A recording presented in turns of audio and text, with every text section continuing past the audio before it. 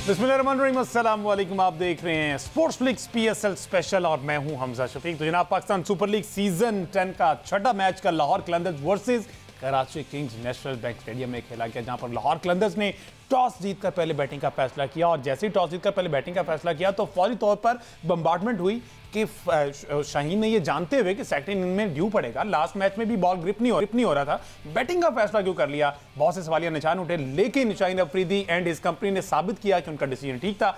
201 run जो है वो स्कोर बोर्ड पर सजाए with the loss of 6 wickets and what an innings played by Fakhar Zaman as well as Daryl Mitchell. 75 run की Daryl Mitchell inning खेली, 76 run की फखर जमान ने, और रही से कसर जो है वो सैम ब्लिंग्स ने पूरी कर दी। ऑल दो आज अब्दुल्ला शफीक कल के मैच में नहीं चल पाए, इस पर बात करनी। On the other hand David Warner 0 और Shaheen Shah Afridi get back his form. उन्होंने पहली ओवर में 2 विकेटें हासिल की और समझ नहीं आने दी किसी भी बैटर को। कराची का शायद बुरा दिन चल रहा था कल इस वजह से, शायद क्योंकि उनके सिर्फ और सिर्फ 4 खिलाड़ी डबल फिगर में दाखिल हो सके, बाकी हमने देखा कि 0-0, 1-0 इस तरह की सूरत चल रही। फॉर्मर कैप्टन सलमान भट्ट साहब हमारे साथ वीडियो लिंक के जरिए मौजूद है, इसके साथ मैंने ज्वाइन किया। वेलकम बोथ ऑफ यू जी।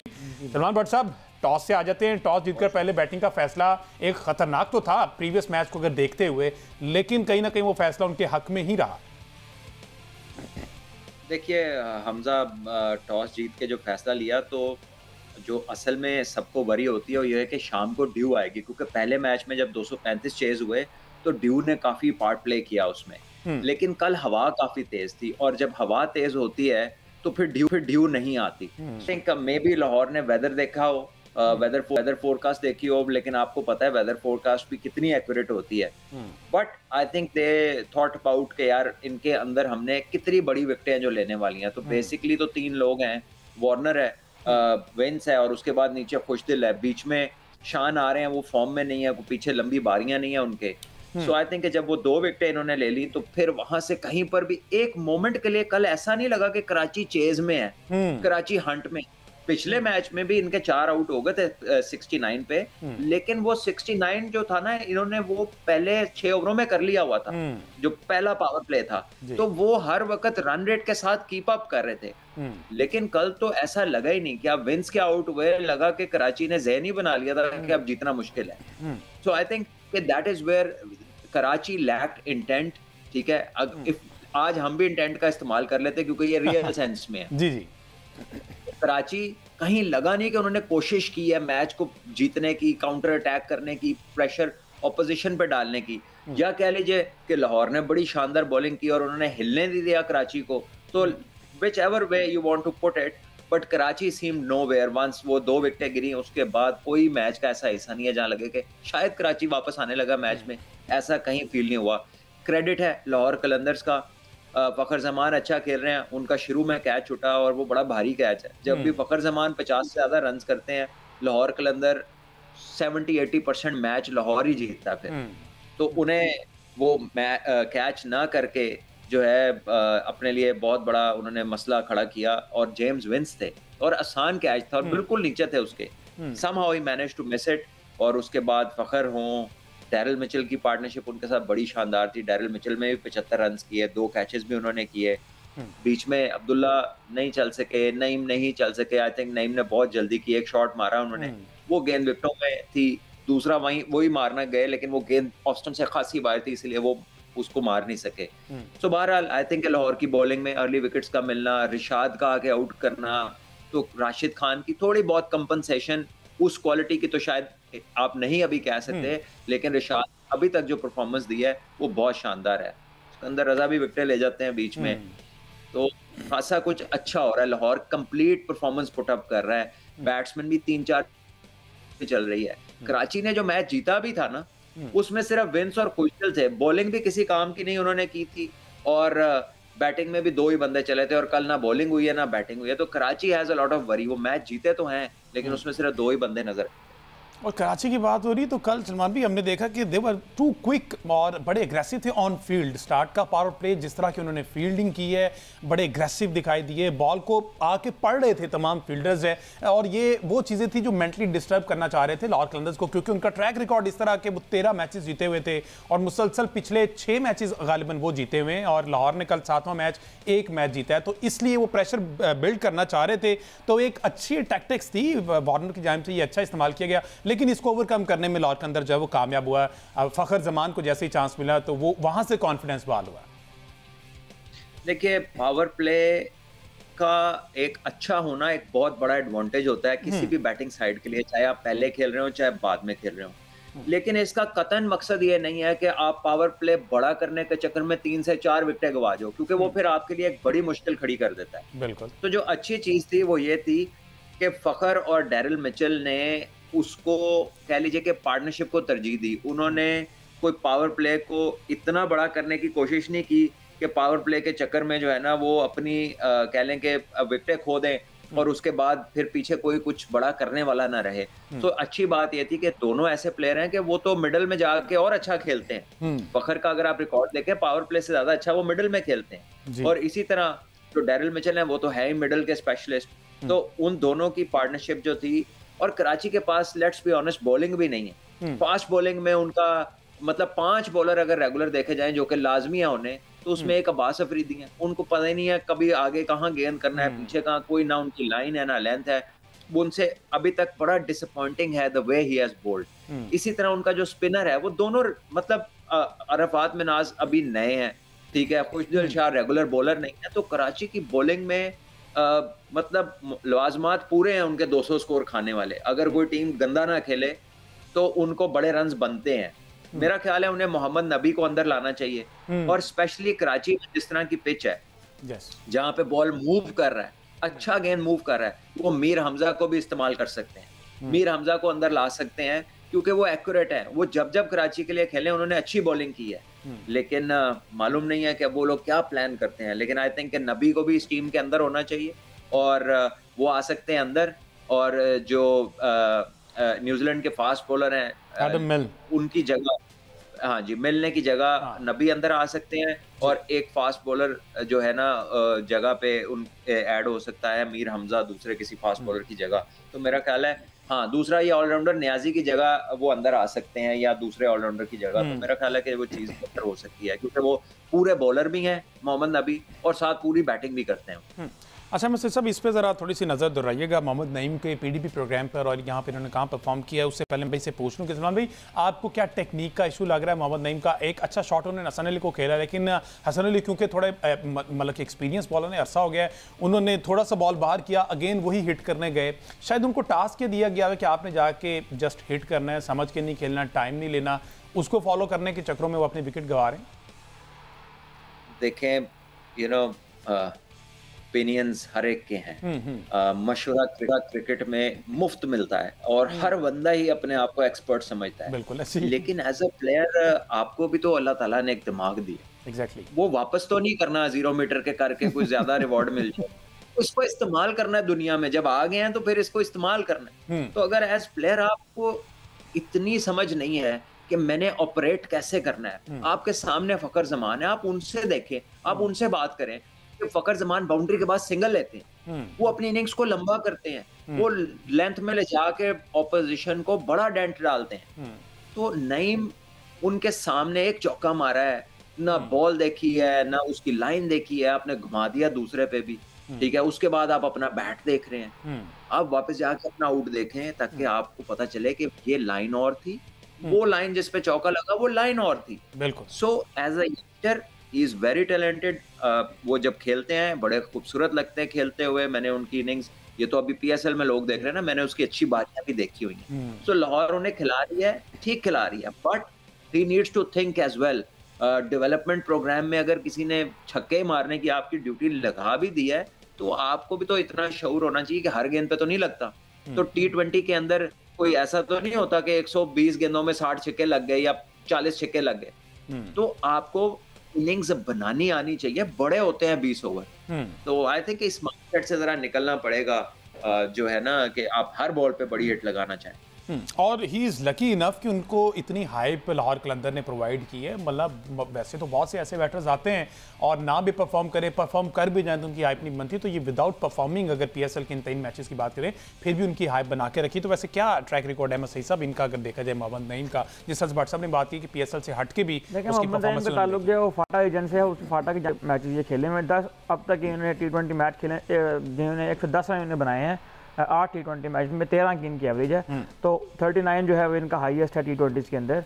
तो मामला ये है कि जिस तरह भट्ट साहब ने ये बात की है कि जो बाउंड्री लगाने के बाद सिंगल डबल लेना और उसको जो है वो कनेक्ट करना अपनी बाउंड्रीज़ के साथ, फ़खर ज़मान की जो मतलब जिस चीज़ की दाद देनी चाहिए, मुझे मतलब मैं काफ़ी अर्से से फ़खर ज़मान की बैटिंग देख रहा हूँ।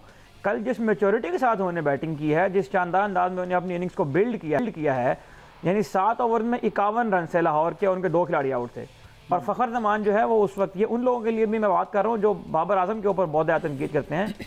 फ़खर ज़मान ने कल भी पहली जो 23 बॉलें खेली हैं उनमें उनका 32 या 33 रन था मेरा ख्याल है। उसके बाद उन्होंने 3 कंसेक्यूटिव छक्के लगाए, 6 बॉलों पर 3 छक्के लगाए, जिसके बाद जाकर उनके 28 या 29 बॉलों पर 50 मुकम्मल हुई। अब देखने वाला पहली नज़र में ये कहेगा कि उन्होंने 50 मुकम्मल की है 29 बॉलों पर, और उसके मुताबिक उनका वो स्ट्राइक रेट कैलकुलेट करने की कोशिश करेंगे। हालांकि अगर आपने उस इनिंग्स को पूरा देखा हो तो पहली 20-21 बॉलों पर आपको लगेगा कि फ़खर ज़मान उस तरह जिस तरह वो आके ऑन स्लॉट करते हैं, हर दफ़ा चार्ज करते हैं, फ़खर ने उस तरह बिल्कुल नहीं किया कल, क्योंकि पिच जो है वो इस तरह का था कि उसके ऊपर पार्टनरशिप की ज़रूरत थी। और 2 विकेट लगाने के बाद डेविड मिचेल और फ़खर ज़मान ने बिल्कुल यही किया है। तो T20 क्रिकेट हो या कोई भी मतलब आप ODI क्रिकेट देखें, हर चीज को खेलने का एक मेथड है। T20 का खेलने का मेथड वो नहीं हो सकता जो ODI क्रिकेट का है। जो ODI क्रिकेट का मेथड है वो नहीं हो सकता जो टेस्ट क्रिकेट का है। टेस्ट क्रिकेट 5 दिन सर्वाइव करनी होती है।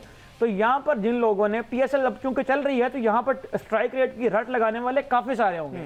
तो एक तो मेरी इन लोगों से गुजारिश ये है कि मेहरबानी करें, ये जो टेस्ट क्रिकेट में आपने स्ट्राइक रेट डाल दी है ना, और ODI क्रिकेट में भी आपने स्ट्राइक रेट की जो गैर जरूरी मतलब पर्ची को तवील करके आप लोगों को पकड़ाने के जो आदी हो गए हैं ना, इस माइंडसेट से निकल आए और कंडीशंस देखें, उसके मुताबिक उसको एड्रेस करने की कोशिश करें। फ़खर ज़मान की अहमद और हमजा, ये ना स्ट्राइक रेट्स की बातों करने वालों को तो मौका दिया किसने है? ये जो लोग MCC या ICC में रूल्स बनाते हैं ना, उन्होंने भी बड़ा अपना किरदार प्ले किया।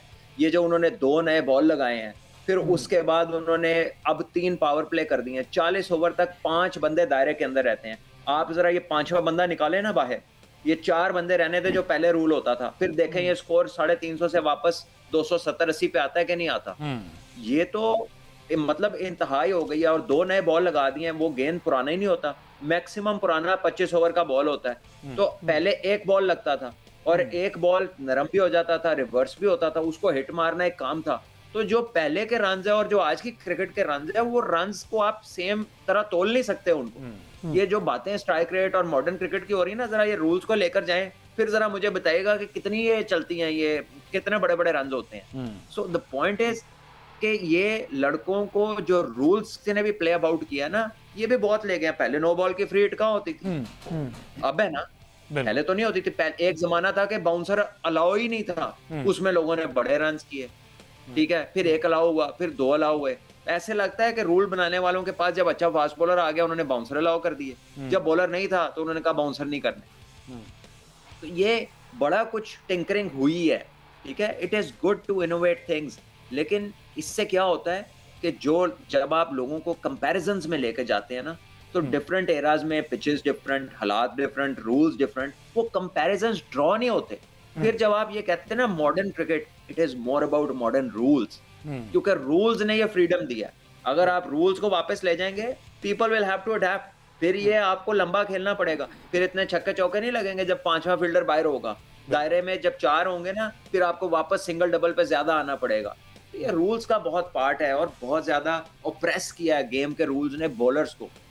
बॉलर्स की बड़ी हिम्मत है कि वो बेचारे इम्यून हो गए कि चलो यार 350 नॉर्मल है, 200 खाना नॉर्मल है। वो इम्यून कर दिया उनको। वो ये सोचने पे मजबूर हो गए कि ठीक है एनी मारते पैनी है सन, ठीक है। It is because of the rule. बिल्कुल, और ये रूल्स ही की वजह से फ़खर ज़मान की 50 का तज़किरा हो रहा था, तो 21 जो है उनकी 50 अब तक हो गई हैं PSL में। उनमें 17 मैचेस जो है वो लाहौर कलंदर्स ने विन किए हैं। तो फ़खर का इम्पैक्ट भी लाहौर कलंदर्स की टीम में बहुत ज़्यादा है।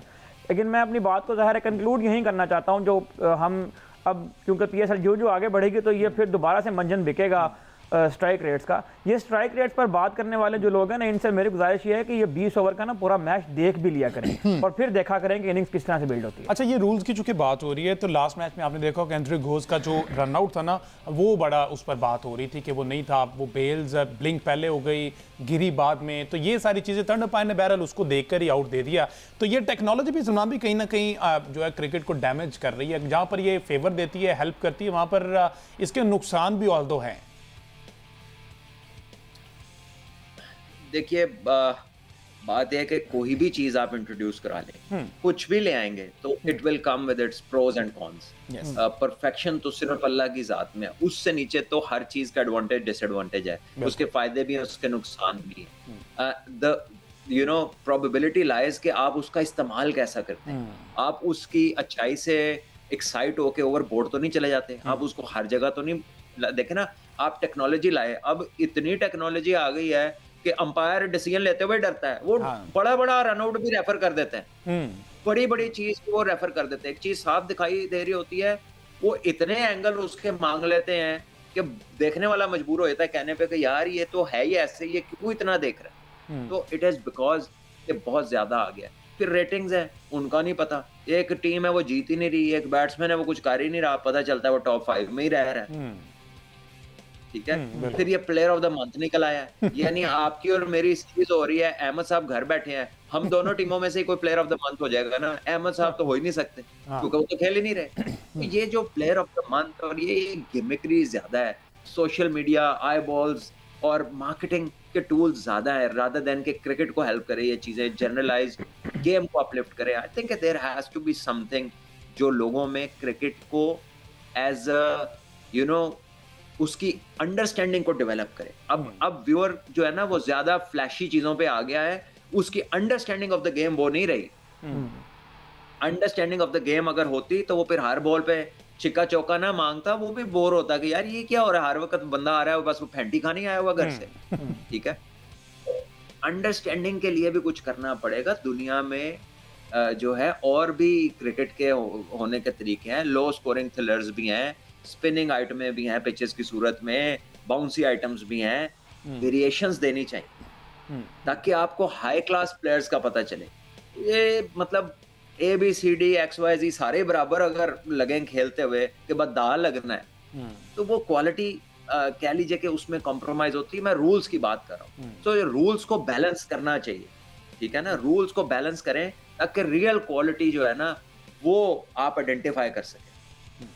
और ठीक है जी। अच्छा, इसमें जो ये जो क्रिकेट की समझ की बात हो रही है और ये जो रूल्स की बात हो रही है, इसमें अफसोस ये होता है कि बहुत सारे ऐसे प्लेयर हैं जो ना समझी की वजह से जो है वो ज़ाया हो जाते हैं, या उन लोगों के पास डिसीजन मेकिंग आ जाती है जिनको समझ नहीं होती है चीज़ों की। मतलब बाबर आजम की हम अगर बात कर रहे हैं तो हमें बिल्कुल इस वक्त क्लियरली ये लगता है कि बाबर आजम अपने उस फेज़ में है कि जिसको खुदा ना खास्ता हम ये कह सकते हैं कि वो मेक और ब्रेक है। या तो बाबर आजम इसमें अपनी वो जो पुरानी क्रिकेट है उसको ही भूल जाएंगे और ODI टेस्ट से भी जाएंगे, और दूसरा तरीका ये है कि बाबर आजम जिस तरह से बाकी प्लेयर्स जो है वो आके रैम शॉट मार रहे हैं, रिवर्स स्वीप पे मार रहे हैं, और बाबर आजम उसको जो है वो अडेप्ट करने की कोशिश में अपनी जो असल गेम है उसको भूल जाएं। अभी अगर सिंगल डबल्स की आप बात करें, इनिंग्स बिल्ड करने की बात करें, तो देखिए फ़खर जमान का स्ट्राइक रेट है 135 का, बाबर आजम का स्ट्राइक रेट है 127 का T20 क्रिकेट में।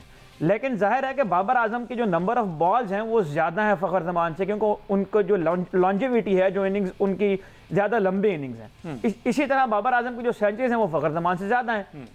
अब अगर एक इंटरेस्टिंग स्टैट मैं आपके सामने रखूं, निकोलस पुरैन जो है वो T20 के स्पेशलिस्ट बैट्समैन है। अच्छा, निकोलस पुरैन की जो कंसेक्यूटिव डॉट बॉल्स और सिंगल्स हैं बिफोर हिटिंग अ बाउंड्री, वो बाबर आजम से भी ज्यादा है। अच्छा, लेकिन प्रॉब्लम यही है कि बाबर आजम की जो ये जो डॉट बॉल और सिंगल्स की जो एवरेज है बाउंड्री लगाने से पहले, वो ओवर द टाइम वो ज्यादा होती जा रही है, क्योंकि बाबर आजम के ऊपर दबाव इस तरह से बढ़ रहा है कि उन्हें ये कहा जा रहा है कि आप सिंगल डबल की बजाय आप छक्के चौके मारने पर फोकस करें। तो बाबर आजम जो पहले एवरेज 4.24 कंसेक्यूटिव डॉट बॉल्स और सिंगल देते थे बाउंड्री लगाने से पहले, वो अब ऑलमोस्ट 5 की हो गई है। अच्छा, और निकोलस पुरैन की जो है ये पिछले 3 साल से 5 को काउंटर ऐसे किया जाता है ना कि निकोलस पुरैन की बात कर रहे हैं, अगर वो टाइम लेते हैं तो उसको फिनिश अच्छा करते हैं। निकोलस पुरैन के मुल्क में ना हमारे जैसे एनालिस्ट फिनिश अच्छा करते हैं, बाबर टाइम लेते हैं, डॉट बॉल खेलते हैं, लेकिन फिनिश नहीं कर पाते। उसकी वजह यह है कि बाबर आजम ओपन करने आते हैं, निकोलस पुरैन नंबर 4 नंबर 5 पर खेलने आते हैं। अभी तो ये डिबेट ही नहीं ना उनके, तो वो उसका फर्क है जी। हमजा निकोलस पूरन का और बाबर का कोई कंपैरिजन है? बिल्कुल भी नहीं। वनडे और टेस्ट क्रिकेट में we are talking just one little format. ठीक है, आजकल वो एक सेलेबल कमोडिटी है, उसमें कमर्शियल एस्पेक्ट है, फ्रेंचाइज क्रिकेट ज्यादा हो रही है, तो probably Nicholas Pooran is a big thing क्योंकि वो छक्के मार लेते हैं। But that is not only cricket. जब आप क्रिकेट की बात करते हैं तो उसके फ्रेमवर्क के अंदर फिर सारा कुछ आता है। तो जो निकोलस पूरन करते हैं वो तो जो रूट भी नहीं करते, वो तो कोहली भी नहीं करते, वो तो केन विलियमसन भी नहीं करता। ठीक है, लेकिन वो उनको इनसे मिलाते नहीं है, वो एक डिफरेंट पेडेस्टल पे हैं, वो बड़े हाई क्लास प्लेयर्स हैं। निकोलस पूरन की एक सर्टेन क्वालिटी है, वो उसी के अंदर रह के कर सकता है। ये लोग ज्यादा क्वालिटेटिव हैं और क्वांटिटेटिव भी हैं। ये आपको रन्स भी देंगे और 10 में से 7 से 8 बार देंगे। और कौन से फॉर्मेट में इस तरह के कितने प्लेयर चाहिए होते हैं, इसको एनालाइज करने के लिए आपके सिलेक्टर्स होते हैं और आपके कोचेज होते हैं, आपके स्ट्रेटेजिक जो आपका थिंक टैंक होता है उसका ये काम होता है। जब आपके ये सारे काम उन लोगों ने करने जिन्होंने जिंदगी में क्रिकेट खेली नहीं, जिनका लेना देना क्रिकेट से नहीं है, और उसके अलावा आपके जो कुछ थोड़ी बहुत क्रिकेट खेले हुए लोग भी हैं, वो भी नौकरियों के चक्कर में जब उन लोगों से मिल जाते रहे हैं पिछले काफी अरसे से, तो उसके बाद आपकी आइडेंटिफिकेशन ऑफ प्लेयर्स जो है वो डिटीरियरेट करती। और इसी तरह जैसे अहमद ने बात की ना कि लुक हु इज टॉकिंग, कि कौन बात कर रहा है इसके ऊपर। आपने कभी हार्ट की सर्जरी के ऊपर कंपाउंडर की बात सुनी है? कभी नहीं सुनेंगे आप। बिल्कुल ठीक है, हार्ट की सर्जरी के लिए आप किसी मेडिकल स्टोर पे जाके नहीं पूछेंगे। लेकिन क्रिकेट में मसला ये है कि हर बंदा अपने आप को रिची बेनो समझता है, विव रिचर्ड समझता है, सुनील गावस्कर समझता है, हनीफ मोहम्मद समझता है, माजिद खान समझता है। वो इससे नीचे तो कोई अपने आप को मानने को तैयार ही नहीं है। बिल्कुल ऐसे ही। ऐसा बंदा जिसका शायद जो है ना मोहल्ले में भी वो कहते हुए जरा दसियां दा पूरा ना किए, वो भी आके जड़ा है ना वो क्रिकेट पे ऐसे कमेंट पास कर रहा होता है और उसका जो लहजा होता है वो इतना अथॉरिटेटिव होता है। और जब वो डिसरिस्पेक्ट पे आता है, प्लेयर की वैल्यूएशन के दौरान या उसकी परफॉर्मेंस पे नापसंदीदी का इजहार करता है, तो वो उन अल्फाज का चुनाव कर रहा है, उन जेस्चर्स का चुनाव कर रहा है जो बड़े डेरोगेटरी हैं, बड़े बिलो द बेल्ट हैं। और ये वो चीजें हैं क्योंकि ये इतनी ज्यादा हो गई हैं, ये प्लेयर्स के ऊपर ये असर करती हैं। आप समझते हैं सोशल मीडिया नहीं देखते प्लेयर्स, या उन तक ये चीज पहुंचती ही नहीं है, 1 सेकंड से पहले पहुंचती है। बिल्कुल ऐसे। लोग उनको टैग करते हैं, उनके जो ट्रेंड्स चलते हैं, तो ये चीजें माइंड पे बहुत बड़ा असर करती हैं। And we need to do something about it. अगर हमारे पास मैं ऐसे सुना नहीं सकता कि मुंडा होया किधरे तो चुम मारता, हमारे हालात ये वाले हमारे पास अगर एक तो प्लेयर आ ही गए हैं, तो अब हम चाह रहे हैं कि ये क्या गोल कितों आ गए चाहिए। अच्छा सलमान भी, रूल्स की चूंकि बात हो रही थी, मैं एक छोटी सी चीज़ समझना चाह रहा हूँ। बता दी थी कि ये पहले से चल रहा है। कल आसिफ अफरीदी का जो नो बॉल था, एक टर्म यूज होती थी शेड है या शेडो है, वो थोड़ा सा हवा में पाँव लाइन के बाहर था, लेकिन जब लैंड हुआ तो पाँव बाहर था। तो ये रूल्स क्या स्टार्ट में था या इसमें भी तब्दीली की? जो शेड वर्ड यूज होता था वो तो पहले तो इम्प्लीमेंट होता था। नहीं, देखिए, अगर वो हवा में लाइन से बाहर है और at the point of contact उसका कुछ हिस्सा लाइन से पीछे आ जाता है, तो फिर वो नो बॉल नहीं है। लेकिन अगर वो पहले अंदर भी है और लेकिन लैंड होके वो आगे निकल जाता है लाइन से, उसका कोई हिस्सा लाइन से पीछे नहीं रहता, तो फिर तो वो नो बॉल है। ठीक है, हवा में भी कोई हिस्सा उसका लाइन से पीछे नहीं है तो फिर भी वो नो बॉल है। नहीं, हवा का तो कॉन्सेप्ट ही नहीं है ना। कॉन्सेप्ट तो है कि लैंड जब करता है तो कुछ हिस्सा उसका लाइन से पीछे होना चाहिए। ठीक हो, सही है जी। चलें एक ब्रेक लेते हैं जी। ब्रेक के बाद जब फिर वापस आते हैं तो ज़रा बताएं, शाहीन शाह अफरीदी की कहा यह जा रहा है कि फॉर्म बहाल हो गई है। सलमान भी ने कल जब मैंने बात की वो कह रहे थे कि देखो क्विकली बदल के ना आप तो क्रिकेट फैन बीइंग जो है ना वो अब जब जैसे ही अच्छा परफॉर्म करते तो हम उनकी साइड पे हो जाते हैं। तो ये सही बातें जो हैं वो फिर ये एक्सपर्ट्स ही कर सकते हैं। तो उस पर बात करते हैं कि शाहीन ने कल फिर से आउट क्लास कर दिया है। 4 ओवर कराए, 34 रन दिए, 3 खिलाड़ियों को आउट किया और अगेन वही कि पहले ओवर में उन्होंने विकेट ली। इस पर बात करते हैं, ब्रेक के बाद स्टे।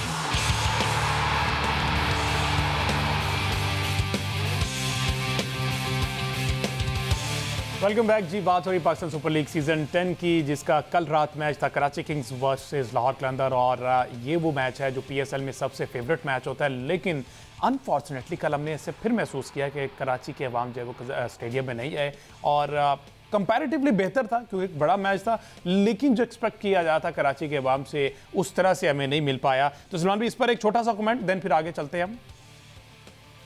देखिए बिल्कुल कराची की परफॉर्मेंस ओवर द इयर्स बड़ी डिसअपॉइंटिंग रही है, बाहर हो जाती है टीम, प्लेऑफ्स तक नहीं पहुंचती है। देयर इज अ रीजन, आपको कभी कभार समझ नहीं आता कि ये लोग क्या अपनी कॉम्बिनेशन सेट करते हैं, और जब कर लेते हैं तो उसमें से आगे से क्या 11 बनाते हैं, and then how they go about. यानी वार्नर जिस बॉल पे आउट हुआ, वो आउट होने वाला बॉल था, वो कहाँ टांग गई है उसकी फ्रंट फुट, जो कि बॉल की तरफ जाना चाहिए, चौके वाला बॉल है, वो उससे दूर जाके तो लेट के ऐसे कर रहा है, गॉड बी एंड हो गया, और फिर इतना बड़ा आउट होके फिर बाहर नहीं जा रहा, फिर रेफरल ले रहा है, उसको पता ही नहीं चला। उसके बाद जो विंस आए हैं, वो गेंद भी कोई आउट करने वाला गेंद तो नहीं था, टांगों पे गेंद था, विकेटों से कितना बार पैडों पे लग के वो बोल्ड हो गया। चले अच्छा है, गुड फॉर शाइन, कॉन्फिडेंस। लेकिन अगर मैं बैट्समैन हूँ और ये दो मेरे आउट हों, तो मुझे तो मतलब बड़ा गुस्सा आएगा कि मैं कितना की। मतलब वो आउट होने वाले दोनों बॉल नहीं थे। अगर आप बैटिंग पर्सपेक्टिव से सोचें, एज अ बॉलर तो यू कहते हैं, यू से वेल बोल्ड, ठीक है, वेल डन, आपने आगे गेंद किया, आपने बीट किया। लेकिन एज अ बैट्समैन वो टांग वाला बॉल भी चौका था, उस टाइम के बाहर वाला भी चौका, दोनों चौके लगने चाहिए थे। तो ये तो कल हसन अली ने अहमद साहब कह दिया कि फ्रेंचाइज को इस पे काम करना पड़ेगा, स्टेडियम्स में लोग लाने के लिए फ्रेंचाइज को इस पर मेहनत करना पड़ेगी, अकेले पीसीबी का काम नहीं है। सब कुछ फ्रेंचाइज में ना डालें, थोड़ी सी परफॉर्मेंस भी अपनी बेहतर करें तो ही लोग देखने।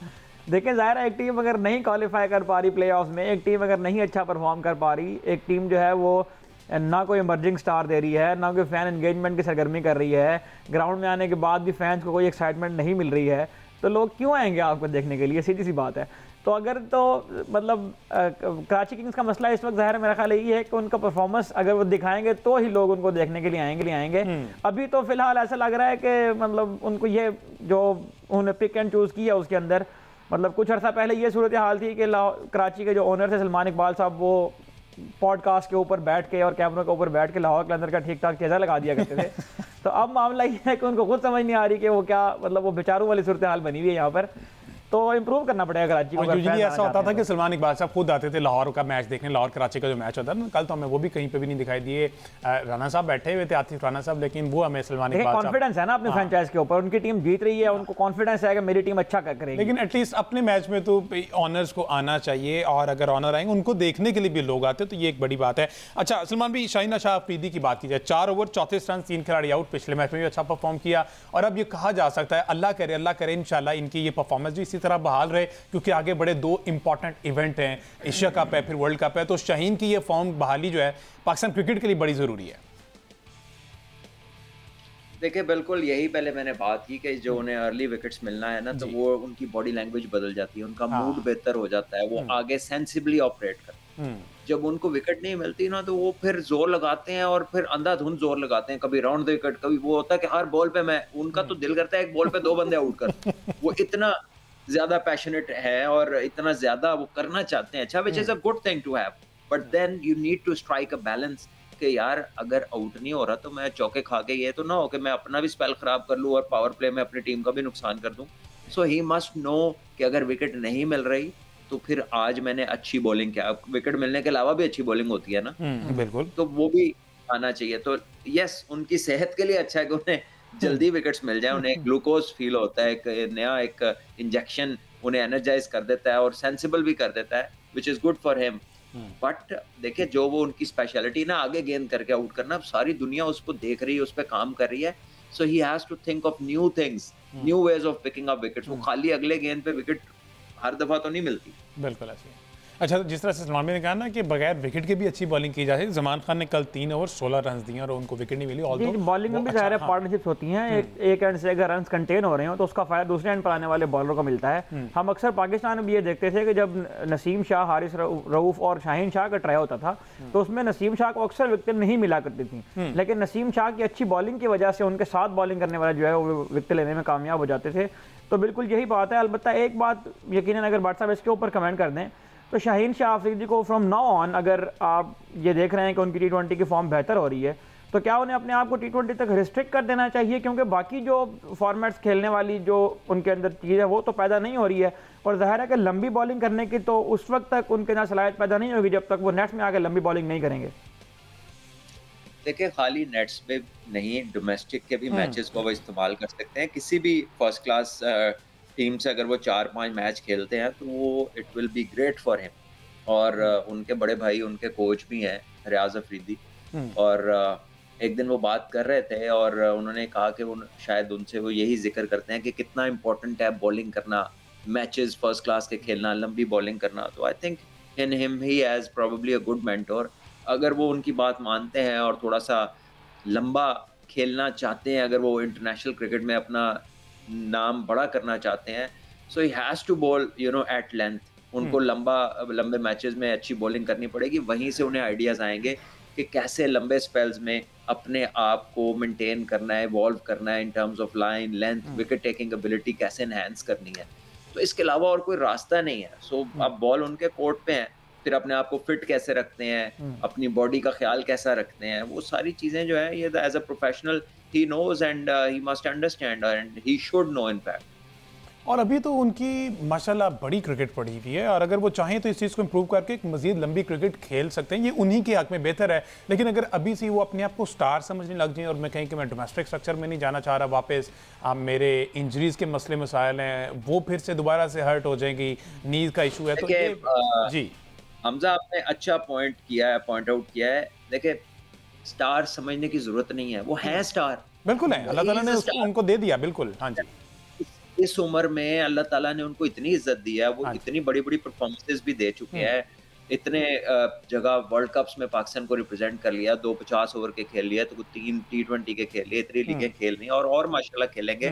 सो ही इज अ स्टार। उसके लिए उसे कोई सर्टिफिकेशन नहीं चाहिए, कोई एक्नॉलेजमेंट नहीं चाहिए किसी पर्टिकुलर बंदे की कि कहेगा तो मैं स्टार बनाऊंगा। माशाल्लाह ये है स्टार, बिल्कुल ठीक है। बीइंग अ स्टार यस हो गए, but to remain in the hearts of people, कि जिसे लोग देखते गए यार क्या बात है, वो रहने के लिए स्टारडम को कैरी करना आगे लॉन्ग टाइम, बिल्कुल आपने अपने आप को अपग्रेड करते रहना है। और ये इनके लिए बड़ा, ये मोहम्मद नईम जो है ना, जिनका भी डेब्यू है, ये उम्र में शाहीन शाह अफरीदी से बड़े हैं, तो आप अंदाजा लगाएंगे शाहीन शाह ने कितनी क्रिकेट खेल ली और कितनी इनकी पड़ी हुई है। शाहीन आई गेस अभी 25 साल, शाहीन अफरीदी 25 साल का, और अच्छा नईम बड़े हैं इनसे, नईम 26 साल का। चलें कोई बात नहीं, ये तो चलता रहता है, लेकिन नईम का भी फ्यूचर इंशाल्लाह ब्राइट है और उनको सिर्फ अपने आप पे मेहनत करनी है, फोकस करना है। अच्छा सलमान भी, प्लेइंग 11 जो लाहौर कलंदर की, मुझे नहीं लगता है कि जिस तरह की माशाल्लाह परफॉर्मेंसेज आ रही हैं विद द बैट और विद द बॉल, अब जो बेंच पे बैठे उनकी जगह कहीं ना कहीं बन पाएगी, ये मुश्किल लग रहा है। जिस तरह की परफॉर्मेंसेज, अगर रिशाद की बात करें तो वो हर मैच में माशाल्लाह परफॉर्म कर रहे हैं, 4-26 3 खिलाड़ी कल भी उन्होंने आउट कर दिए।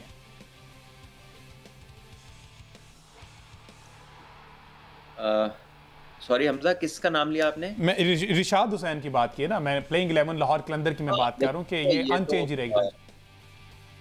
ऑब्वियसली राशिद खान वाला जो एक खला पैदा होता है जिससे उनकी बॉलिंग वनरेबल होती है, वहां पर अभी तक इन्होंने बड़ा अच्छा फिट इन किया, दोनों मैचेस में विकेट्स लिए, इंपॉर्टेंट विकेट्स लिए, इकोनॉमिकल बॉलिंग की है और कंट्रोल में बॉलिंग कर रहे हैं। और दोनों दफा इनके पीछे रन्स भी थे, इनके बैटर्स ने 200 प्लस रन दिए हुए थे। सो देखना है कि आगे आगे जब प्रेशर सिचुएशन बढ़ेगी तो वो कैसा रिस्पॉन्ड करते हैं। अभी तक तो वो स्पिनर वाला जो खला था ना, वो काफी अच्छा 2 मैचेस में उन्होंने फिल किया। और साथ ही साथ अब चूंकि जमान आए हैं तो मेरा ख्याल जमान के साथ ही कंटिन्यू करेंगे। जहांदाद कंडीशनल बेस यूज कर सकते हैं वैसे?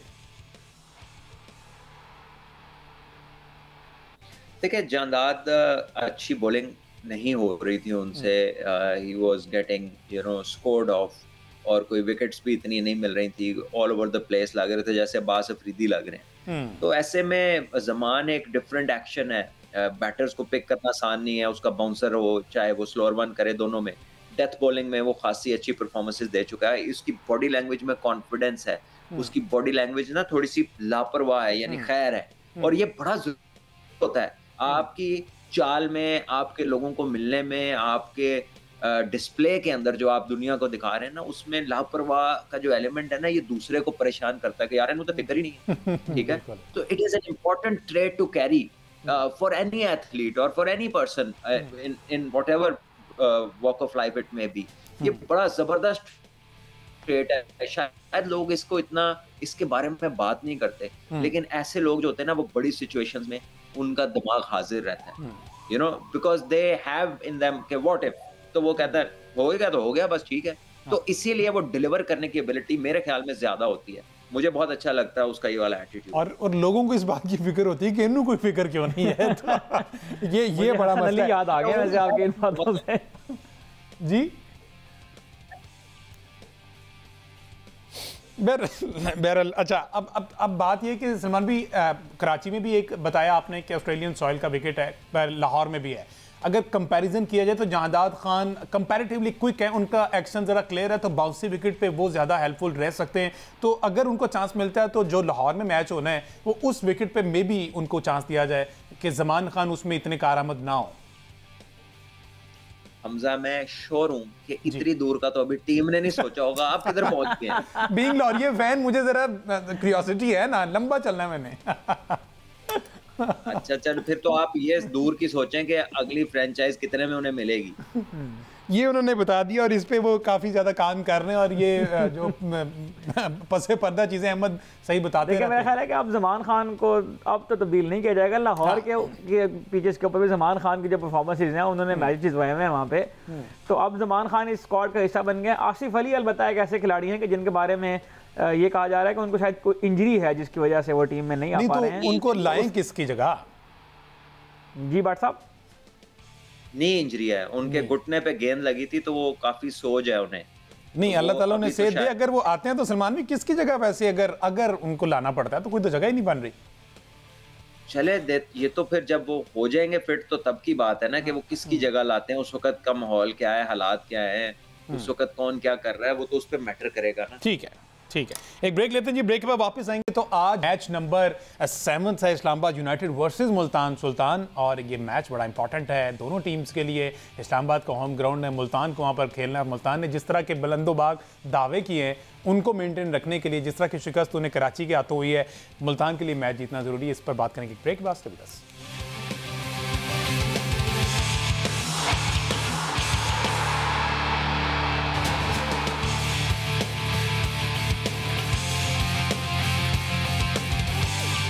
वेलकम बैक जी। बात हो रही पाकिस्तान सुपर लीग सीजन 10 की, जिसमें आज 7वां match Islamabad United versus Multan Sultan. Islamabad का रिकॉर्ड अच्छा चल रहा है, 2 मैचेस उन्होंने जीते में, लेकिन मुल्तान सुल्तान के लिए थोड़ी सी वरिंग सिचुएशन है। कराची से वो एक जिस तरह से बड़ा रन करने के बावजूद हार गए, तो इस पर उनको सोचना पड़ेगा और आज का मैच उनके लिए बड़ा इंपॉर्टेंट है। सलमान भट्ट साहब, वो are you looking for Islamabad और मुल्तान सुल्तान? दोनों टीम्स बहुत अच्छी हैं और ये लास्ट ईयर की फाइनलिस्ट टीम है दोनों।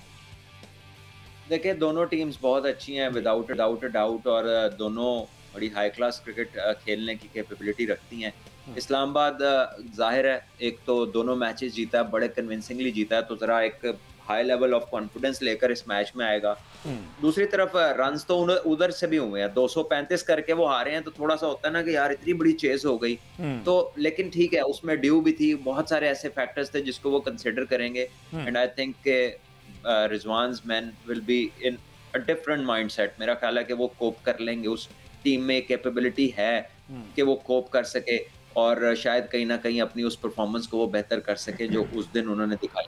अच्छा, दोनों टीम्स में आपको कोई लूप होल नजर आया? जिस तरह से हमने पेशावर की बात की कि वो अपने प्रॉपर रिसोर्सेज यूज नहीं कर रहे, अगर उनके पास बेंच में 1-2 बॉलर्स हैं यूज नहीं कर पा रहे, तो इनमें आपको लगता है कि ये मतलब कि ये फुली फिट है? देखिए, इनमें कोई ऐसा स्ट्रगल तो नहीं है। अब एक चेस जरूर उनको हो गई है, लेकिन उस दिन ड्यू बहुत ज्यादा थी, बहुत ही ज्यादा थी, और गेंद बहुत गीला था। तो लेट्स सी अनदर गेम के वो कैसे जाते हैं, बिकॉज आई थिंक इतना बड़ा कंटिजेंट है उनका। उसमें रिजवान ने 4 फाइनल खेले हैं, जब से वो आया वो टीम फाइनल में ही है, 1 जीती है और 3 हारी है। बिल्कुल ऐसे ही है। So he has done a lot, और कुछ तो अच्छा है ना उधर, जो इतनी कंसिस्टेंट परफॉर्मेंसेस हैं, तो ठीक है, एक आध मैच हो भी जाता है ऊपर नीचे। ठीक है जी। अहमद सईद साहब, आप आज क्या देख रहे हैं, इस्लामाबाद या फिर मुल्तान?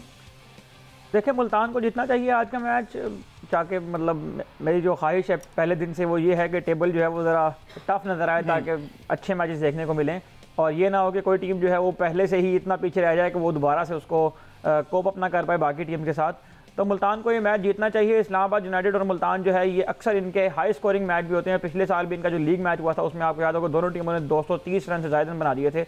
इमाद वसीम ने आखिरी ओवर में आके रन चेस किए थे। ये दोनों टीमें लास्ट ईयर के फाइनलिस्ट भी हैं, तो एक अच्छा मैच जो है वो पिंडी की पिच पर हमें आज देखने को मिलेगा, और मुल्तान सुल्तान की टीम को मैच जीतना चाहिए। मुल्तान को जीतना चाहिए। अच्छा, मुझे ये बताया ना, इसमें अभी तक जो रिकॉर्ड्स बने, मैं देख रहा था, जैसे आपने बताया कि फ़खर जमान की कितनी 50 थी, 21st PSL 50 है फ़खर जमान की। ओवरऑल वैसे अगर देखा जाए, मेरे ख्याल शाहीन शाह अफरीदी टॉप वो बॉलर हैं जिन्होंने पहले ओवर में। शाहीन शाह अफरीदी की पहले ओवर की विकेटें जो है वो 22 हो गई हैं, और उनके बाद दूसरे नंबर पर हसन अली हैं जिनकी 12 विकेटें हैं, तो गैप भी काफ़ी ज़्यादा है। तो रिकॉर्ड बुक्स में तो नाम लिखा रहेगा शाहीन अफरीदी काफ़ी देर तक। काफ़ी अच्छा, ये कितना ज़्यादा गैप है? शाहीन की 22 हैं और हसन अली की 12 हैं। अच्छा, हसन अली से मुझे याद है कल इन्होंने बड़ी मैच्योर प्रेस कॉन्फ्रेंस की पोस्ट मैच। अब हसन अली काफ़ी ज़्यादा सुलझे भी लग रहे हैं, जो एक कहते हैं ना जब नया नया लड़का आता है जवानी वो अब काफ़ी हद तक मैच्योर हो गए हैं। तो कल जो उन्होंने प्रेस कॉन्फ्रेंस की है उनसे वो सवाल फिर से घिसा पिटा एक बाबर के बारे में किया जाता है, क्योंकि बाबर के बगैर गुजारा नहीं है, इस पर बात की है बगैर गुजारा नहीं है। तो बाबर पे उन्होंने फिर कहा, उन्होंने कहा कि ठीक है भाई, अगर तो मेरे से गलती हो गई कि मैंने वो कह दिया वो लाइन, तो फिर मुझे माफ़ कर दें। देखें, एक तो मतलब मुझे ये समझ नहीं आती कि सवालात पूछने का क्राइटेरिया क्या होता है प्रेस कॉन्फ्रेंस के अंदर, आप कुछ भी उठा के पूछ लें। दूसरी बात यह है कि हसन अली के कहने या ना कहने से जाहिर है बाबर आजम की फॉर्म के ऊपर तो फ़र्क नहीं पड़ना चाहिए, जितनी क्रिकेट बाबर ने खेल ली है।